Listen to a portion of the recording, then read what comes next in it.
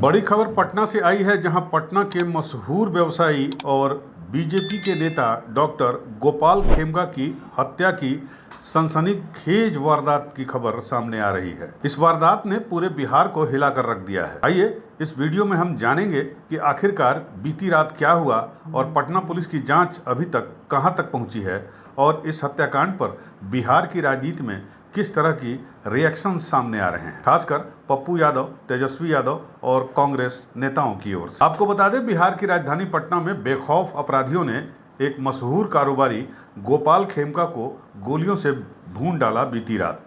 यह घटना गांधी मैदान थाना इलाके में हुई। घटनास्थल से थाना की दूरी महज 300 मीटर है। गोली लगने के बाद गोपाल खेमका को मेडिवर्सल हॉस्पिटल में भर्ती कराया गया, लेकिन हॉस्पिटल में उनकी मौत हो गई। खेमका को उनके घर के पास उस वक्त गोली मारी गई जब वो कार से उतर रहे थे। आपको बता दें, डॉक्टर गोपाल खेमका पटना के जाने माने व्यवसायी, मगध अस्पताल के मालिक और बीजेपी से जुड़े नेता भी थे। उन्होंने MBBS की पढ़ाई के बाद हेल्थ केयर सेक्टर में कदम रखा और मगध अस्पताल की स्थापना की, जो कि पटना में काफी मशहूर है। इसके अलावा उनका पेट्रोल पंप और कई अन्य बिजनेस भी थे। वे बांकीपुर क्लब के पूर्व सेक्रेटरी भी रह चुके हैं। गौरतलब है कि 2018 में उनके बड़े बेटे गुंजन खेमका की भी इसी तरह गोली मारकर हत्या कर दी गई थी। गुंजन को वैशाली में गोली मारी गई थी, जिसमें पुलिस ने एक अपराधी मस्तू सिंह को अरेस्ट भी किया था, लेकिन हत्या के कारणों का खुलासा आज तक नहीं हो पाया है। दिलचस्प बात यह है कि इस मामले में पुलिस ने आरोपी जिस मस्तू सिंह को गिरफ्तार किया था, बाद में उसकी भी हत्या कर दी गई। गोपाल खेमका राम गुलाम चौक स्थित अपार्टमेंट में रहते थे,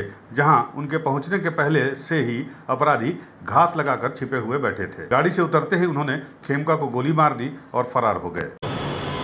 आप डे गार्ड है या नाइट गार्ड है? Day guard. तो फिर कल रात में अचानक ड्यूटी? अचानक गार्ड नहीं आने के कारण फंस गए, वो नहीं आया।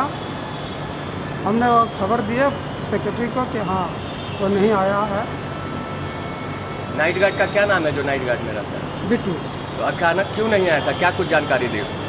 हमको वो जानकारी बोला कि हम नहीं आएंगे, आप ड्यूटी कर लीजिए, बस हमको नहीं बताया। अब इस घटना से पटना पुलिस की कार्यशैली पर भी सवालिया निशान लग रहे हैं। घटना 4 जुलाई रात करीब 11 बजे की है, जब गोपाल खेमका अपने घर लौटे थे। गांधी मैदान थाना क्षेत्र के राम गुलाम चौक के पास जैसे ही वे अपनी कार से उतरे, पहले से घात लगाए अपराधियों ने उन पर ताबड़तोड़ फायरिंग कर दी। गोली उनके सिर में लगी और वो वहीं गिर पड़े।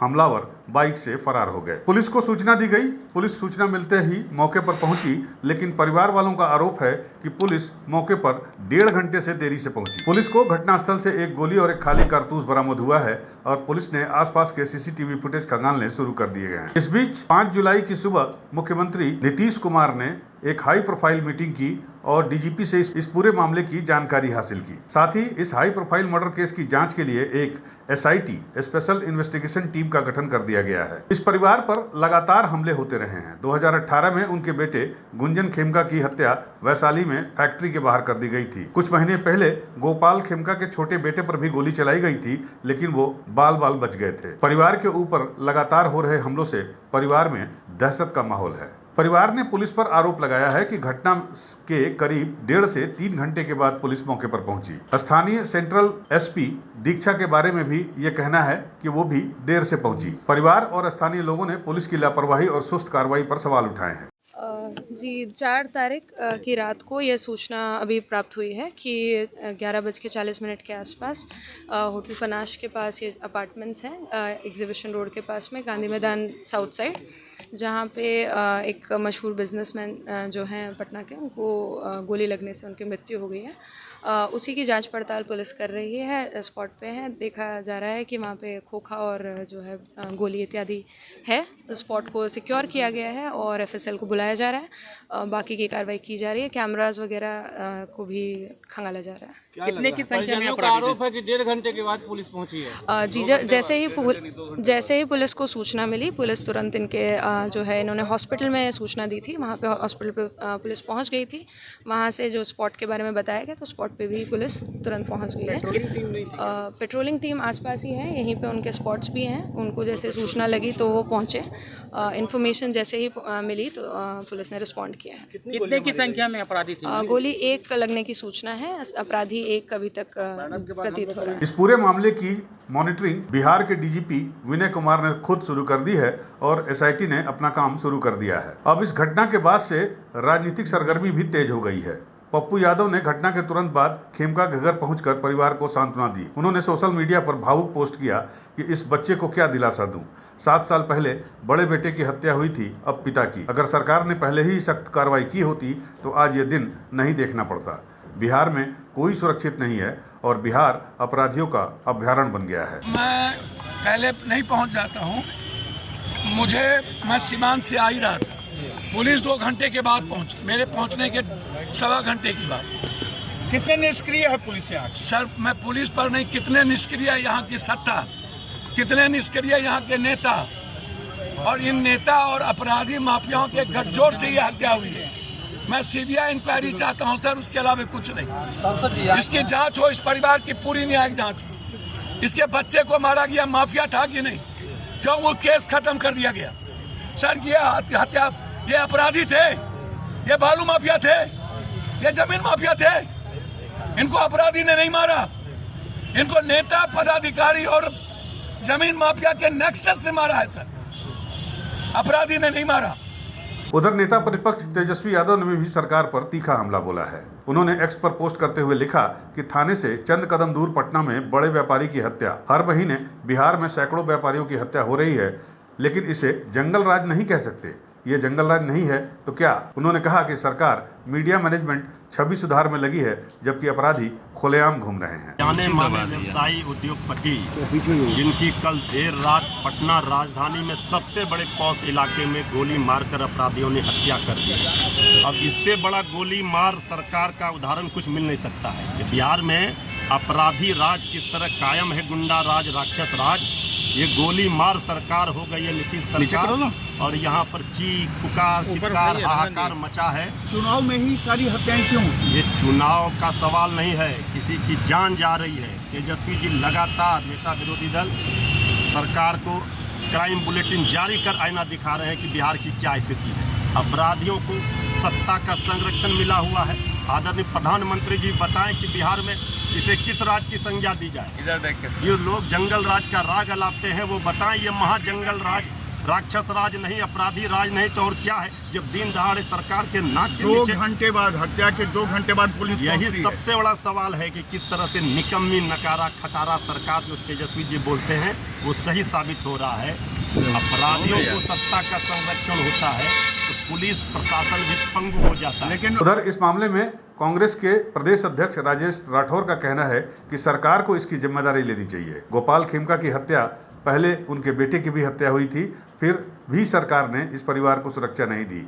बिहार में गुंडा राज का महातांडव है और कारोबारी राज्य छोड़कर पलायन कर रहे हैं। बिहार सरकार रिपोर्टर को पकड़ने करवा दिया, सुरक्षा देने में लोगों को निराश किया है, और जिस तरह से माननीय नीतीश कुमार जी बीमार चल रहे हैं, इनकी पूरी सिस्टम बीमारी हो गई। इसलिए हम मांग करते हैं कि नीतीश कुमार जी आप बर्खास्त हो जाओ या फिर इस्तीफा दे दो, चूँकि आपसे नहीं चल रहा है और आप जो लोग चला रहे हैं इस तरह का कृत्य से जो है आपको पिंड छोड़ा लेना चाहिए और अपराधी को जो है तुरंत खोजना चाहिए। चूँकि ये जानना जरूरी है जो गोपाल खेमका जी हैं उनकी पृष्ठभूमि समाज सेवी का रहा है, और किसी भी तरह का उन पर कोई भी आरोप आपराधिक को जो है हुए है घटना, तत्काल इसका उद्बोधन हो, और यदि 24 घंटे के अंदर यदि उद्बोधन नहीं हुआ तो बिहार प्रदेश कांग्रेस कमेटी के तमाम कार्यकर्ता जो है रोड पर आएंगे और हम ये बात करेंगे कि आप अपराधी को उद्बोधन करो, दोषी जो पुलिस पदाधिकारी है उसको सस्पेंड और डिस्चार्ज करो, और तब हम लोग बिहार प्रदेश कांग्रेस कमेटी के तमाम कार्यकर्ता नेता हम जो है सारे पूरे बिहार में हम काला दिवस के रूप में मनाएंगे। आरजेडी, कांग्रेस और अन्य विपक्षी दलों ने नीतीश सरकार पर कानून व्यवस्था को लेकर जमकर हमला बोला है। हालांकि बीजेपी सरकार के बचाव में सामने आई है। बीजेपी नेताओं ने भी पुलिस की सुस्ती और प्रशासन की नाकामी पर सवाल उठाए हैं, लेकिन साथ ही इस मामले में विपक्ष पर राजनीति करने का आरोप लगाया है। वो बहुत गंभीर मामला है, इस पर सरकार पूरी सख्ती के साथ मुख्यमंत्री स्वयं बैठ के संज्ञान ले रहे हैं। सरकार पूरी गंभीरता के साथ अपराधियों को कार्रवाई ही नहीं, इसके समूल नष्ट करने के संकल्प को पूरा करेंगे। चाहे इनकाउंटर करना पड़े, बुलडोजर चलाना पड़े या इसकी संपत्ति जब्त करनी पड़े, ये सारे एक्शन और कार्रवाई शुरू होगी। ये जंगल राज वाले लोग ही गुंडा राज स्थापित करना चाहते हैं। सरकार गुंडा राज आने नहीं देगा। अगर जो चेहरा बदल करके सत्ता के साथ भी जुड़ेंगे, उसके चेहरे के से नकाब हटा करके भी हम एक्शन करेंगे। पुलिस की लापरवाही सामने आ रही है, मामला भी सामने आ रहा है। जमीन माफिया पर हर हाल में लगाम लगेगा। ये जमीन माफिया 2018 से अभी तक के मामले का कार्रवाई और संज्ञान की भी समीक्षा होगी। पुलिस की लापरवाही पर निश्चित तौर पर त्वरित एक्शन होगा पुलिस की लापरवाही पर। पुलिस ने सीसीटीवी फुटेज जब्त कर लिए है और अपराधियों के पहचान की कोशिश जारी है। एसआईटी की टीम हर एंगल से जांच कर रही है। व्यापारिक रंजिश, व्यक्तिगत दुश्मनी और पुरानी धमकियां इत्यादि। अभी तक खबर लिखे जाने तक किसी की गिरफ्तारी नहीं हुई थी, लेकिन पुलिस का दावा है कि जल्द से जल्द अपराधी सलाखों के पीछे होंगे। पुलिस के द्वारा रात में ही यहाँ पर अनुसंधान प्रारंभ किया गया है। जो घटना करने वाले है उसके संबंध में महत्वपूर्ण सुराग हम लोग को मिले हैं और जिनके द्वारा कराई गई उनके बारे में भी काफी हमारे पास महत्वपूर्ण सुराग है और किन कारणों से की गई है उस संबंध में भी अनुसंधान प्रगति पे है और जल्द से जल्द जो अपराधी जिनके द्वारा किया गया है उनको पुलिस के द्वारा पकड़ा जाएगा और कड़ी से कड़ी कार्रवाई उनके विरुद्ध में करी जाएगी। जो आरोप लगा रहे हैं कि पुलिस ये मामला हमारी जानकारी में आया है। इस संबंध में हमने सीनियर एसपी को आदेश दिया है कि जांच करें कि किस समय तक पुलिस ने यहाँ पर रिस्पॉन्ड किया है, किस समय उनको सूचना प्राप्त हुई और इसमें यदि किसी कोताही पाई जाएगी तो उनके विरुद्ध में कड़ी कार्रवाई करेगी। Thank you. दोस्तों, गोपाल खेमका की हत्या ने एक बार फिर से बिहार की कानून व्यवस्था पर बड़ा सवाल खड़ा कर दिया है। क्या सरकार अपराधियों पर लगाम लगा पाएगी? क्या पीड़ित परिवार को न्याय मिल पाएगा? आपकी क्या राय है? कमेंट में जरूर बताइएगा और वीडियो को लाइक और शेयर करना ना भूलिएगा। चैनल को सब्सक्राइब करना ना भूलिएगा।